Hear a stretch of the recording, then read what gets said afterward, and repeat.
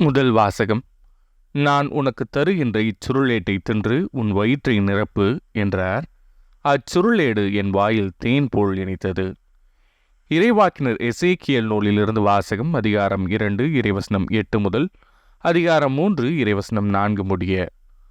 ஆண்டவர் கூறுவது: நீயோ மானிடா, நான் உனக்கு சொல்வதை கேள். அந்த கழக வீட்டாரைப் போல் நீயும் கழகக்காரனாய் இருந்து விடாதே.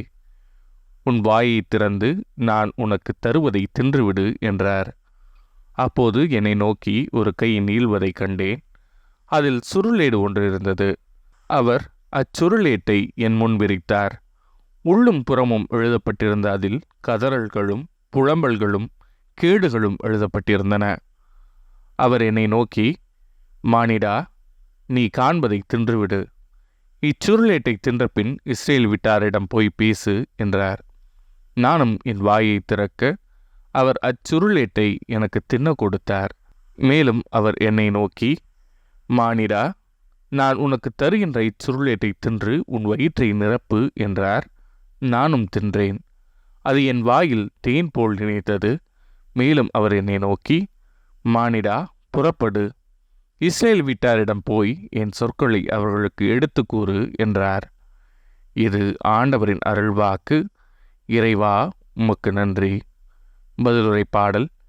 உம் சொற்கள் என் நாவுக்கு எத்துணை இனிமையானவை. பெருஞ்செல்வத்தில் மகிழ்ச்சி அடைவது போல் நான் உம் ஒழுங்குமுறைகளின்படி நடப்பதில் மகிழ்ச்சியுறுகின்றேன். ஏனெனில் உம் ஒழுங்குமுறைகள் எனக்கு இன்பம் தருகின்றன. அவையே எனக்கு அறிவுரையாளர். உம் சொற்கள் என் நாவுக்கு எத்துணை இனிமையானவை.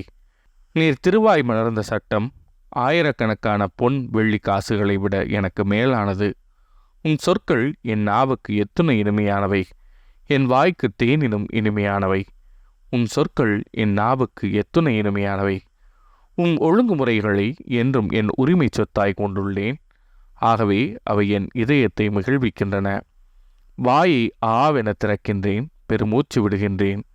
ஏனெனில் உம் கட்டளைகளுக்காக ஏங்குகின்றேன். உம் சொற்கள் என் நாவுக்கு எத்துணை இனிமையானவை. நற்செய்தி வாசகம். இச்சிறியோரில் ஒருவரையும் நீங்கள் இழிவாக கருத வேண்டாம்.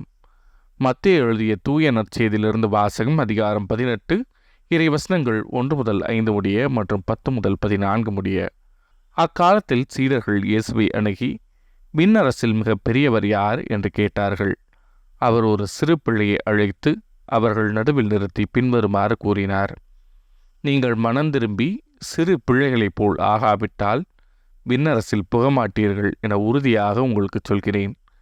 இந்த சிறு பிள்ளையைப் போல தம்மை தாழ்த்தி கொள்பவரே விண்ணரசில் மிக பெரியவர். இத்தகைய சிறு பிள்ளை ஒன்றை என் பெயரால் ஏற்றுக்கொள்பவர் எவரும் என்னையே ஏற்றுக்கொள்கிறார். இச்சிறியோரில் ஒருவரையும் நீங்கள் இழிவாக கருத வேண்டாம். கவனமாயிருங்கள். இவர்களுடைய வானதூதர்கள் என் விண்ணகத் தந்தையின் திருமுன் எப்பொழுதும் இருக்கின்றார்கள் என நான் உங்களுக்கு சொல்கிறேன். ஏனெனில் மானிட மகன் நெறி தவறியோரை மீட்கவே வந்தார். இந்த நிகழ்ச்சியை பற்றி நீங்கள் என்ன நினைக்கிறீர்கள்? ஒருவரிடம் இருக்கும் 100 ஆடுகளுள் 1 வழி தவறி அழைந்தால் அவர் 99 ஆடுகளையும் மலைப்பகுதியில் விட்டுவிட்டு வழி தவறி அழையும் ஆட்டை தேடிச் செல்வார் அல்லவா? அவர் அதை கண்டுபிடித்தால் வழி தவறி அலையாத 99 ஆடுகளையும் பற்றி மகிழ்ச்சி அடைவதை விட வழி தவறி அந்த ஓர் ஆட்டை பற்றியே மிகவும் மகிழ்ச்சி அடைவார் என உறுதியாக உங்களுக்கு சொல்கிறேன். அவ்வாறே இச்சிறியோரில் ஒருவர் கூட நெறி தவறி போகக்கூடாது என்பதே உங்கள் விண்ணகத் தந்தையின் திருவுளம். இது ஆண்டவரின் அருள்வாக்கு. கிறிஸ்துவே, உமக்கு புகழ்.